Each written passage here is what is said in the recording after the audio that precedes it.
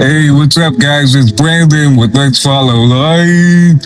I just want to talk about a new topic today, healing others around you with love. So, as someone that grew up kind of void of that, as it comes to find out just by stuff going on in my life, I was really needing it, and I needed someone to be there for me and to reach out. And I was looking for that. However, I was just like stuck in a constant defensive state, and I sought out pleasures and demonic things, just like the rest of the world, you know. This is why it's important to get in touch with God, because when you get in touch with God, God is able to heal you. And when God heals you, and you're able to face the truth in your life and dig out those nasty things that you were holding on to, with God, because God is love, the Bible says it, you experience true love. So this is why these things fall off of you and you no longer need them. It's not that you're like, when your life is stuck in pleasure and you love those things, giving them up seems like the most difficult. But what happens is that you were living in depression, you were living in fear, you were living in anxiety. And because you clung to those things and you didn't know what love is, you were separated, right? So like, that idea is scary. And the older you get and the longer you're in it, the more it opens more demonic gates and you become rooted in that thing. So saying that probably offended an unbeliever. I'm sure it did. I'm trying to show you that what is drawing offense is the enemy. That is the enemy, because love does not have the quality of offense, right? Right? It just simply doesn't. If I tell you goodness, kindness, you know, and because you found hope in those things because it felt good, that's just because you weren't truly intertwined with what real love is. And it's not to say that you messed up, you're this or that. I spent 30 years there. This isn't like, that's all I knew. And it was so empty, cold, and broken. And it left me broken, and it turned me into a bad person. Now, I'm not saying that just because you sin, you are going to be ultimately a bad person. However, there's a different quality of love that you just cannot feel to this degree. It's like trying to explain colors to a blind person. So, yes, you have to first look inside yourself. So you need to be able to clean yourself out and facilitate an environment of truth that God can operate in, and then you'll feel the peace in your silence. You could be at a constant state of peace. You could be at a constant state of love. And love isn't selfish. It's selfless. And love is from the Lord. That's why love is from the Lord. You are, what you think is love is not actually love. I mean, you can have love for someone, but it feels entirely different when it's under the confines of what the Lord has construed to be truth. So we're going to move on. Once you get yourself cleansed and, you know, you come to Christ, I want to emphasize that part, because you could just like give up a bunch of stuff and still be empty and have the wrong direction and be in self, and you'll never find it. And if you're doubting, and if you're like, oh, I'm going to try this, but then like you 1 foot in, 1 foot out, and then you're mad at me, like that's not how you do it. So I'm trying to help save you to the best of my ability, because I love you. And I wish someone would have loved me and showed me all these things. But I had found them in the Lord. So then you get to go on to identifying the problems of others. So once you are cleansed and you are able to look around, get out of your mind, get out of your problems, put the things that are killing you and plaguing you, you have a better ability to look around and read people. You can see the things that are now affecting them. And then when that becomes the case, you can sit there and you can treat them. You can respond to them correctly. You can come outside of yourself and say, that problem is not burdening me, which is a beautiful thing. Do unto others as you would have them do unto you. Everywhere the Lord went, he healed people. This is a teaching, this is a Christ-like model, is to share truth and to be understanding, kind, and caring, and forgiving. So you began to treat this person. So let's say there is someone who has anxiety, right? You would want to sit that person down and you would want to say, hey, it's going to be okay. I am here for you. What can I do for you right now? And then you let that person know, like you don't get mad at that person. You help treat what is going on with that person.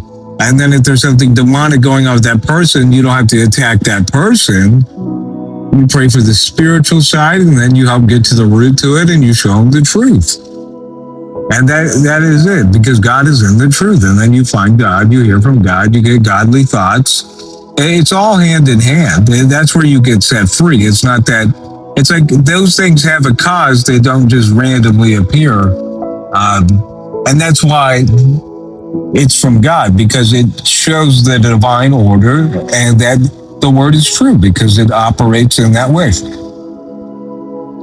Yeah, so then you learn to respond to people. So, you look around and you don't want broken people in your life. If you have a bunch of broken people in your life and God forbid you're the leader of the family or whatever's going on, then you are leading those people into brokenness because you are a broken person and you don't know how to get outside of yourself. So then you lead them to brokenness also.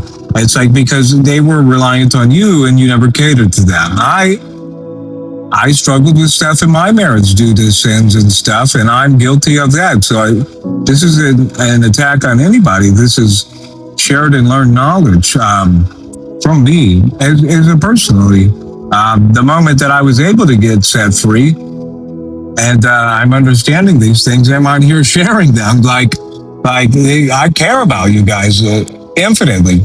I just want to see someone make it out and get into happiness and joy and love and be in the Lord and be set free. And, you can help set others free. That's so beautiful. In a world where people just want to step on each other, that is most needed. So yeah, you want to show them patience, kindness, goodness, forgiveness. These are qualities of love, right? These are qualities that the Bible calls fruit of the Spirit, they're just the fruit of the Spirit. And people will show these fruits and these good qualities, and you'll know that they're good people. And if they're not, or they're under your care, then you can help bring them to those qualities and show them those qualities. And those are qualities that people like to reflect because they're amazing. And, that's when you're at peace, you can operate into those things very consecutively. And the Lord will give it to you. So you look around, you see what they want. Like you want to make people feel heard. If someone is upset, let them know that you're there. Look for what is causing their problems. Like if you were someone like me, and you were looking for abandonment issues, like you could show that person boundaries. You could show that person love, respect. You don't have to let that person get you to the height of your anger. You don't have to let that thing get you to the height of what it is. You're focusing too much on yourself, then it's a tendency to be angering when you're trying to do something. Now, if you freed up yourself and you're looking outside and you're trying to help others, and then when they come to you, you can really observe and listen and take it all into account and just treat each thing going on in your life, like any brokenness, like any anxiety, and I'll go back to mine, abandonment, any bipolar, any mental illness, anything that exists out there, then you can begin to really operate under love because you know what love is. So what you show people is what they'll see about you. So if you are showing people these qualities in their time of need, this is how these people remember you the most. Because you ever notice like how, like when someone really needs you, or you've done a lot for someone and it was in that time of need that was their most meaningful moment. And if you abandon them there, if you don't know what love is and didn't respond correctly, then they don't see you that way anymore. And it could be something as simple as you wanted to, but you didn't know what it was. And I've been there. I was never modeled it, so life goes on. Like we learn, and this is what I'm trying to help people do. And Lord God, I pray for biblical knowledge and knowledge of love, caring, understanding, and healing be upon these people in the day that people are most broken, most lonely, and the most selfishness is surfacing. Lord, I pray that you bring this upon these people and you help me and you give me the Holy Spirit to guide me through this today. So yeah, what you're showing people is what they'll see of you and what, in your time of need versus in their time of need, what they give you. This is how you guys exchange the most. So like, if your child really needs you and they come to you and then you're mad during that moment, then they might quit talking if you shoo them away. They might feel like you won't be there. People wonder why their kids aren't there. It's because, in their time of need, they left. They weren't available and they didn't make themselves available. And they had to figure it out on their own. It felt so empty, so lonely. And then if you don't see these things, then that's kind of a problem with selfishness, So you want to really be aware of what you're showing your kids. Yeah. Did you show them how to be hateful? Did you show them how to be controlling and dominant? Or did you show them how to be truly loving?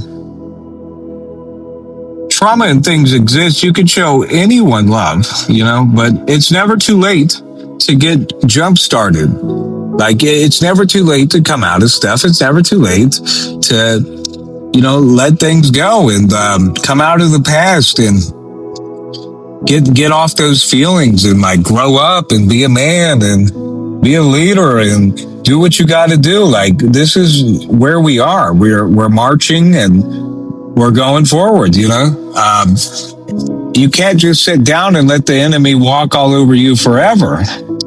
You can easily harbor things. I did for 30 years. So, who's to say it couldn't have been 40 before the Lord?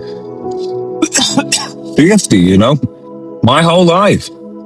I see people that are old that had issues when they were a child and they never came out of it. But I believe that they could be different through the Lord, or if they are shown differently, because there's like still a childish aspect to them that is waiting to get taught. So that's actually pretty awesome that, people can be afforded this opportunity, which is why I want to share this type of information. Now, you can't heal everyone from everything or whatever. But at the most simple level, like you can get to their emotions and handle the here and the now and be present. So that is something that you are now able to do now that you know what love is. And once you get out of that, you're in a different realm. Like you find someone you can't help, maybe they're outside your family. Maybe it's someone who's just struggling out there. They're under that demonic oppression. They don't know what love is. They're very angry. They're very controlling. They're very manipulative. The best thing to do is to not attack that person. Like I said, it's good to create boundaries. You respond to these things accordingly. You don't have to engage in things that are bad when you're operating in truth, because, it doesn't matter what they say about you anyways. All that matters is you and the relationship with the Lord. So you're looking at these people, and to you they are helpless, but this is where the Lord comes in. You pray over them and you pray for their spirits, and then you show them this love, this kindness, and these things. And God moves. I'm not on here because I believe in a fairy tale. I believe because I've seen God moving so many times in my life, it's unreal. And even when I run away from God, He comes back and finds me. And it's almost like a loop of insanity if I'm trying to run away because of myself and I wasn't paying attention to that. But I'm trying to be as strongly rooted as I can now that I'm understanding things a lot more. I'm trying to change my whole life around, and I'm being shown some great things and some knowledges. So this is, where I'm at. I want to produce love in the world. I've always wanted it, and I didn't know how to produce it. And that's just a good sign. I needed to find God to show me because I'd never found God. I never found it. And I was at a home where people didn't find God, so they didn't find it. Now, this doesn't mean just because you go out and help someone, you help heal someone, whatever, you're a nice, kind Christian, you're not going to look to get stepped on. This doesn't mean get taken advantage of, give away all your money. It doesn't mean be weak, be soft. You have power in the Lord. And this is what people on the opposite side of the fence who seek that these things got them walked on in life. It's much different than when you have the Lord and you're doing it, right? And you may even be blinded to that. And you don't see it because you haven't been operating in it. So you may see it happen in front of you and still have this illusion. In fact, I lived my life without love, so I created illusion around it. But I was actually attacking things. I was actually going about it in a very primalistic way to protect myself, and because all I knew was abandonment.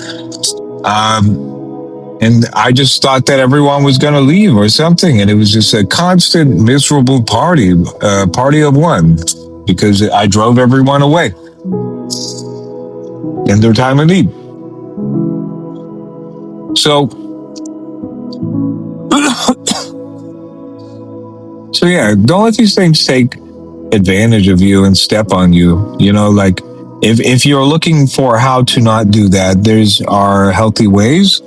And if you don't know how, this is because it's a learned thing, right? It's if you look to God, He gives you all the answers. All these answers are here. I'm not inventing any of these principles, any of these anythings. This is all just knowing about it from God. I'm just putting this topic together for someone specifically wanting this thing. But I have no power. I have no knowledge. This is all of God. And I know it'll help you. It's already helping me. So you're not just still empty on the inside. And that's why it's important to turn to God, because if you do this without it, then you wind up being empty. You become complete, so you don't have to worry about what you're doing. You're just fulfilled through Him, and you can take care and be raised up and be happy and be blessed. And you lead a people and are a part of a people that help and heal those around you. So once you create your family, you're taking care of your family, you're taking care of the people around you, you're creating an environment to facilitate God. God operates more cleanly through this environment. It is creating a sense of godliness around you. And just like in my life, I do these things for myself and I feel peace. And you would definitely want that for someone else. You would want someone else to feel at peace by chasing these behaviors and setting them right. And that's most important as a father. So if you are out here like me and you have a child, you have a spouse, you have someone you care about, then getting free of these things and being able to operate in this way is the best thing that you can do. Now, I know divorce ratings and everything is very high up. Both of my parents were divorced. Most people I meet didn't have both of their parents. It's an anomaly these days. But you look to take care of the people around you and facilitate environments for God. That's what it is. And because I learned this thing growing up, I didn't know anything differently. I didn't even know I didn't know differently. I thought I understood it all. But I didn't understand my behaviors and why I was harboring bad emotions and stuff. And it's because I was producing bad fruits. I wasn't producing good biblical fruits. I opened demonic doors by standing in to these traps. I never knew what to do, and on my own, like it was just horrible. Like I'm inventing some pathway that I think I'm going to figure it all out. Like when there's a big giant God that created the whole universe, he says one thing and it's in existence. You know, he knows everything for between here and then. But you used to feel those evil things and hold on to those evil things because that's the death of sin. That is what it causes you. That's what it brings you. That's what it feels like. It's so empty, so void, so cold, so nasty. It just makes you nasty. That is literally like, if you could imagine the eternity of hell, you are like the embodiment of it. Because that's like where your spirit is like going. It's like either standing here or it's standing there with the reserved place. But yeah, the world is different. They call it mental illness. You can define it as mental illness, but I mean, these things are caused by other things. The psychologists are not looking to call for God or explain the spiritual or the things that are unnatural. They just look right in front of their faces and they have to define it and call it some things. So this is why like you could get like offended and misbelieve and like lie, because if it's truly something behind that, I mean, it's not that those things aren't the full truth. They're just like a half truth. Like they have these symptoms, but because of this reason. It just kind of like makes you worldly knowledgeable, which is not really good because it says not to seek knowledge outside of God. And I've learned so many times that, yeah, you're right. And that lie makes you claim it.